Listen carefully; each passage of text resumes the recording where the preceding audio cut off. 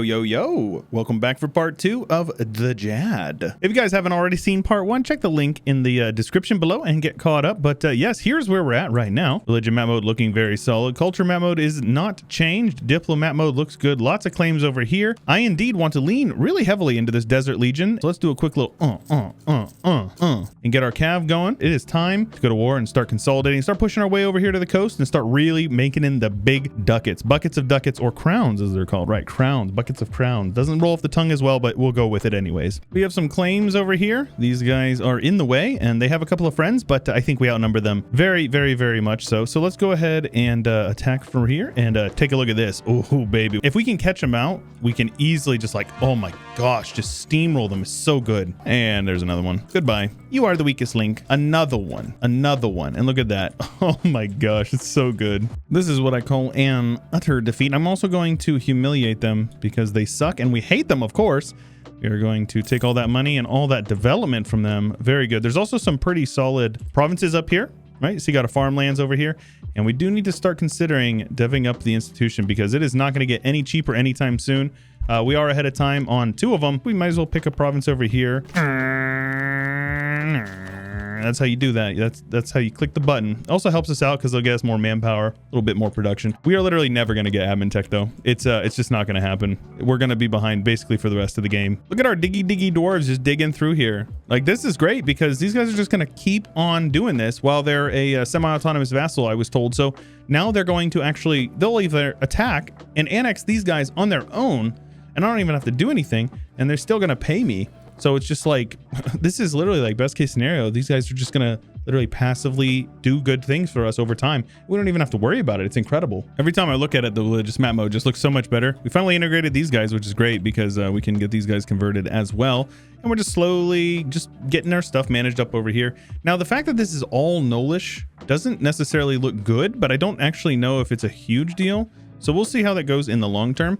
Looking at our mission tree, we definitely want to be colonizing up here, but I think we'll just leave him to do that and I won't worry about that much on my own. Every Nolish province in this area needs to be owned by us and needs to be Jadd. So we need one more province over here. We need to convert this stuff and then we'll get this one, which will give us a very large tolerance of increased tolerance. So that might actually be kind of like accepting their culture, so to speak. And then we just need to get over here and that'll get us some stuff up there. So we are no longer a legion. We are indeed a kingdom, a tribal kingdom even. Incredible. Now, I don't actually know if there's much reason to not click this. So I guess for 10 years, we'll just get 15% cav combat ability. Carpet sieging is so good. Literally just SS, click S, select them, right click V, and you just keep on recycling it. It's so good. It's so good. And it literally just allows you to just steamroll people. It's like the best bang for buck with your time, right? I also wanted to say thank you guys for the incredible support on the first episode. It actually got a lot more traction than I thought. And we got a lot of traction here on the channel itself. So guys, if you haven't already subscribed, I definitely ask that you consider it because there's plenty of content coming in here.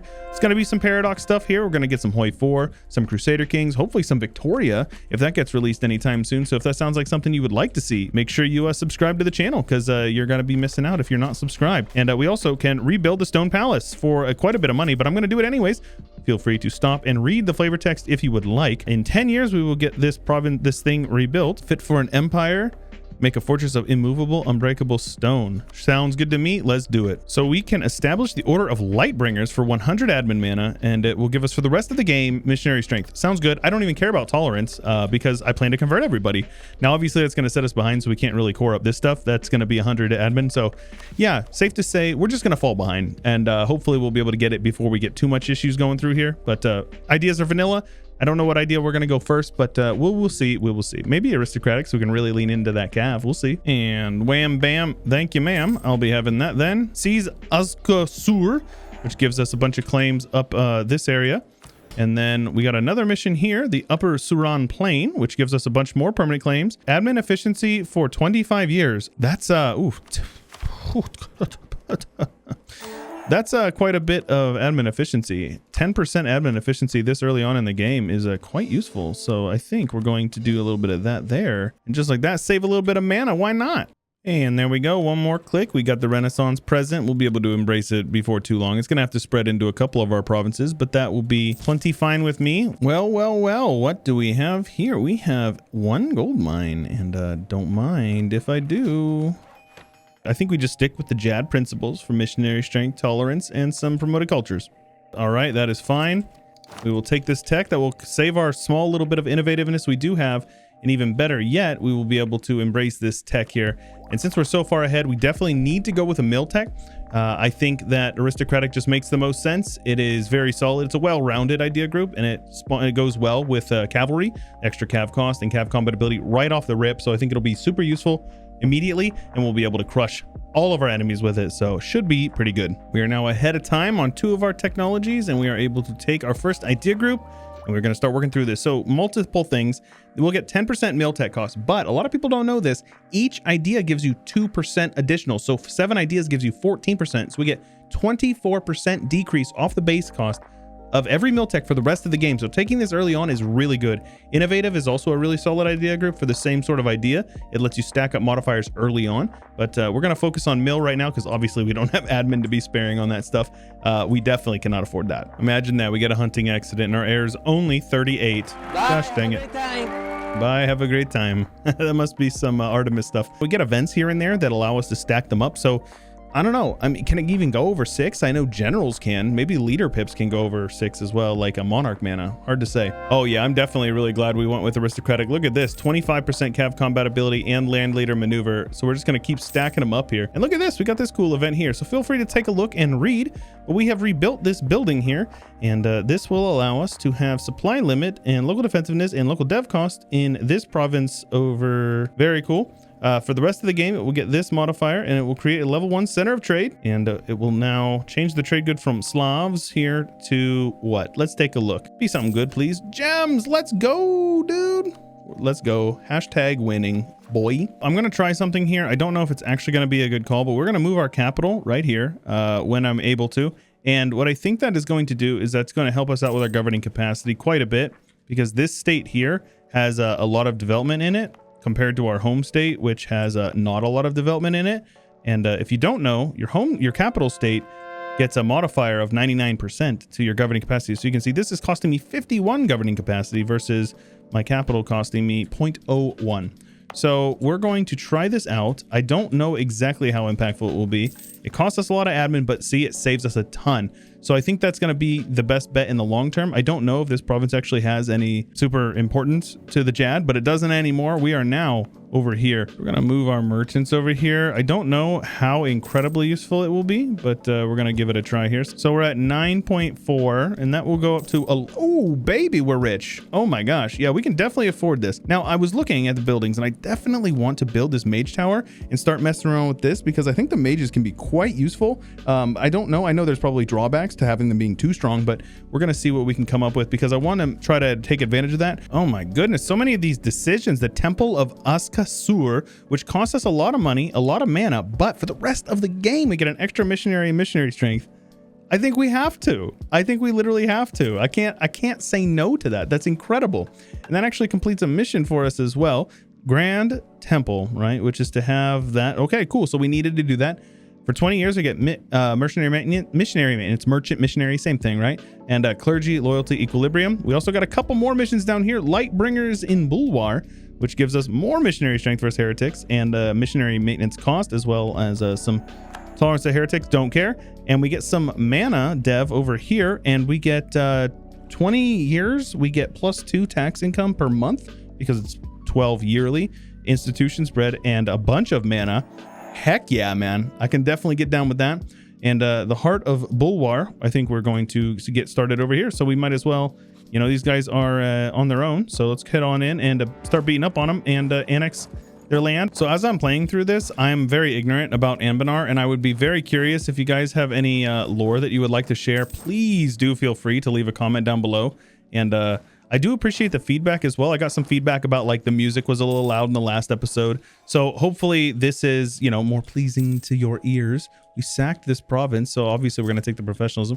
But yes, I do hope that, you know, I can grow this channel and learn and become a better, you know, content creator on the edited front, because obviously I can do like the long form Let's Plays. I've been doing those for years, but I want to make sure that I'm able to make content that people want to see, right? So if you want to see more, make sure you let me know by leaving a like on the video as well. I do appreciate all that. in an attempt to save some admin mana, I am going to indeed vassalize these guys. They're probably going to be super upset about it, but hey, they're pretty good. They have admin, so that means I can use them to core up some of this stuff up here for a little bit cheaper. That's pretty good. They also get some dev costs, so maybe they'll develop the land a little bit. So whenever we integrate them, they'll be much more, you know, happy to do that. So also we've got this province over here, urban, which gives you local dev costs. So I think this will be a great place to maybe even dev the next institution, which I'm assuming if it's based anything on vanilla, it's going to be pretty soon. This is a pro tip for you guys. Always influence your subjects. Especially if you're having issues with loyalty and friendship, it helps out with trust, which helps out with their relation. It's just in general a good thing. So make sure you do that. Also, your trust with your subjects does go up over time. So keep that in mind. If you have a disloyal subject, it will generally tick up, but sometimes it can take a little bit longer. Well, my little subject over here, he's getting there. They're getting better. They're only 90. They really do hate us because we sacked their city and the AE. That's going to take quite a long time to tick down, but as long as they're loyal, we'll be better off. So these guys have some cores over here on these guys. I think we're going to do some anti-monstrous conquest, and we're going to return those cores to them, and we're going to take a ton. They're allied to these marble heads up here, goblins, huh? And these guys are harpies indeed. So we're going to do an anti-monstrous conquest, which is going to allow us to just thrash them in battle, and that should get us what we need. And we're going to obviously make sure we're taking tech and staying ahead of time on all those if at all possible. Where are you going, boy? Where are you going, boy? Yeah, you're going nowhere. That's what I thought. These borders are so strange, man. They just reach all the way up here, and they just like kind of, so they have tendrils. So this is kind of nutty. We can do this, and we will do this. The issue is going to be admin mana. I still want to make sure we're not falling too far behind. We already have unbalanced research, so I think it is going to be in our best interest to give basically all this land and let them core it up. I really need to get caught up on the lore here for Anbennar. Guys, please make sure you leave a comment and let me know about some lore here, because I'm completely winging it. I have no idea what's going on. Enlighten the Gnolls will give us 20 prestige, which is nice, and then a very large tolerance increase for Gnolls. So let's take a look here at pop control here. So I know that this is supposed to be a specific, like they made this. So obviously there's some dev art going on here, but that's okay. We have integrated the Gnolls and the elves, and I don't know what that does for us. Does that mean, I think I definitely need to spend more time kind of figuring out how to work through this stuff, because I have no idea what I'm looking at. That is like Greek to me. Here we go. We're going to take all of this clay and a little bit of money just to add insult to injury. And before we do much else, I'm going to give a bunch of provinces up here to these guys. You can click it if you didn't know. You can click the provinces. They are loyal. They are 133 development, and they're loyal. They're going to have an economy as well, because this trade node is not too bad, though granted we're skimming quite a bit off of it. We can rebuild the old canals, have at least 500. Okay, well I guess we're going to dredge the old canals. Take a look at this madness. I'm over here figuring out kind of what the plan is moving forward. This guy is the Shogun. Oh man, this is going to be a disaster. That's going to be absolutely maniac. Like, look at this, dude. Look how many men they have. We're gonna have to figure out how to go about that, because that might be easier said than done, to be honest with you. And because we're so pious, we decided to enforce religion on these guys, because they need to see the truth. And we used our prestige and bought it down. So these guys are loyal, actually. Another war, another chunk of conquest for us. The AE is really starting to stack up over here, and honestly, I don't even care. I do not care. The issue is really just admin. I need to stop annexing these guys for myself, but it's so addicting. I just want all the land for myself. Goodness gracious, look at this unrest. These guys are about to explode, and I'm gonna have to stand here and wait for it. So looks like we're not heading over this way until we're done with that. But yeah, time to build a mage tower. Where do we build it? I assume we just build it like in our capital. That makes sense to me. Now apparently what it does is it gives some bonuses to the mages, gives them more influence, and then hopefully I think we will unlock some bonuses, but it also gives 10% local dev cost, which is going to be useful for yoinking development and concentrating it in our capital, which we're going to need, because yeah, add that to the list of reasons why subjects are useful. Look how much like over extra AE we're taking, how much our stab costs, how much our advisors cost. Like, this is painful, and we really need to figure out a way to get around this. These guys are absolutely not having it. We're going to have to fight them for this province here. I plan to only take that one because this is all I need for this mission right here, which is going to give us a ton of claims on some more areas. And then this one is to start working our way up here, which we do have claims on. We have a nice long truce with them. So we're just sitting back and kind of chilling for a little bit. So I'm not too concerned about this war, but it's more just going to be about our governing capacity moving forward, because boy, are we hurting for it. Colonialism has spawned. Rediscovery of the elven homeland of like Elendil or something like that. I can't remember exactly what it's called, but I played Anbennar as Vanale on stream over at twitch.tv/ChewieShoot, which you should follow me if you haven't already, by the way. And the new world was very interesting. I'm curious to see kind of, you know, what it looks like, if it's changed much, because that was like a year and a half ago. Yo, I didn't even realize this giant like Egypt guy was in this war. Oh my gosh. This is going to be a little harder than I was thinking it was going to be. But then again, we are also Jadd, so maybe it won't be so hard. We'll take a look. All right, here we go. We've got our first couple of battles coming in here. I think we're going to try to look for some picks here.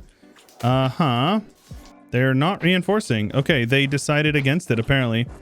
So this is farmlands. They got a really good general there, though. I think if we're going to be fighting them, we want to make sure we have our entire army. So let's get Jadd down here. And we're just going to run around and just continually wipe these guys out to the best of our abilities. The more of their men that we kill, the better, because it's just going to make them more and more miserable and ready to get out of the war here. We have a lot of manpower. They do not. Also, that is a really cool icon right there. Keatist. Yo, look at these freaking losses. I've lost a lot of men. A lot. But these guys have lost double what I have almost. We need more cav. More. We have a mission for Summon the Nomad Legion, which will give us cav combat ability, movement speed, and yearly tribal allegiance, which is wonderful. Speaking of that, maybe I should click this button here to get some better cav, because obviously we have a lot of them. Why wouldn't we? This is what 23,000 cavalry will do to these armies. Take a look at that.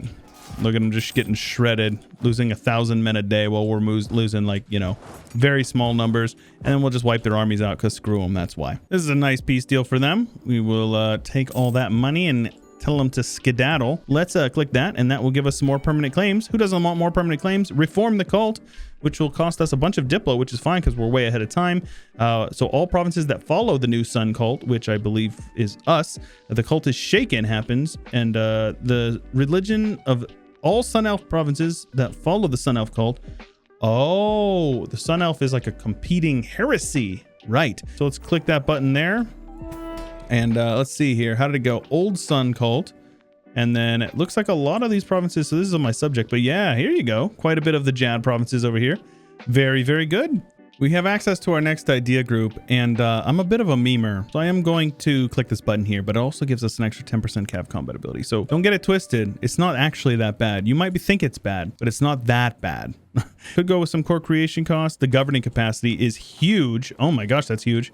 That actually brings us almost, but not quite. Black news indeed. Jadd has died. Long live Jaddar II. I say Jadd. Jaddar has passed, and now his son, Herald Jaddar II, will take over at the wee age of 26. Man, rest in peace. A moment of silence. F in the chat for Jadd. Castellos is dead. Feel free to stop and read if you'd like, but we gain a stability, which is pretty cool. And Age of the Green Tide is now ending in 120 years. I do believe that means that the Reformation has spawned over here. I don't know exactly how that works, but we'll take a look here. Look at these cavalry just standing here menacingly. Like, I will ruin your whole day. I will ruin this man's whole career if they just so much as consider to fight us. Look at that. This is what an all-cav Chad stack looks like, and we're super close to actually being able to get this extra idea for this. I'm just holding off on Miltech, but super close. We're going to be able to have absolute just buzzsaw cavalry. I am so excited for it. Yeah, this is what an all cav stack will do. Literally just melt them like butter. They don't stand a chance at all, at even kind of. Mission time. The Western Harpies have been defeated, and it's time to take this one here, which will give us a subjugation CB on, and we also get a permanent claim on Harpies Hills region. Let's go ahead and immediately do that. They are guaranteed by these guys. I like vassal play. Anybody who's follows me over on my other channel, ChewieShoot, which you should if you don't already. Plenty of content over there. A little bit more of that AE ain't nothing but a number.